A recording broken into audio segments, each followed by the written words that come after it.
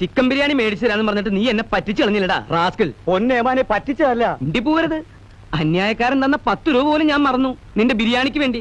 എന്നെ കൊണ്ട് നീ FIR മാറ്റി എഴുതിപ്പിച്ചു. പരമദ്രോഹി. എന്റെ സാറേ, ഇന്നലെ ഉച്ചയ്ക്ക് ഞാൻ പാരീസ് ഹോട്ടലിന് മുമ്പിൽ വന്നിരുന്നു. സാറിനെ കണ്ടില്ല. അത് നീ വല്ല സ്കൂൾ മാഷ്മാരോട് പറഞ്ഞാൽ മതി, അവര് വിശ്വസിക്കും. പോലീസുകാർ തലച്ചോറുള്ളവരാ.